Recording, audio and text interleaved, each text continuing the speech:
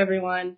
My name is Dr. Katherine Helm, and I'm a clinical psychologist with the Fox Valley Institute. Today I'm going to be talking about conflict resolution.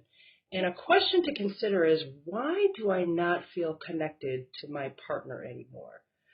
I believe that emotional connection is frequently the glue that holds our long-term romantic relationships together.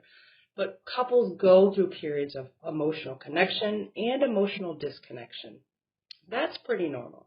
Sometimes people get really busy, sometimes couples get annoyed with one another, or sometimes we hide our emotional responses for our partners and we don't want to share that with them, and we become more and more disconnected.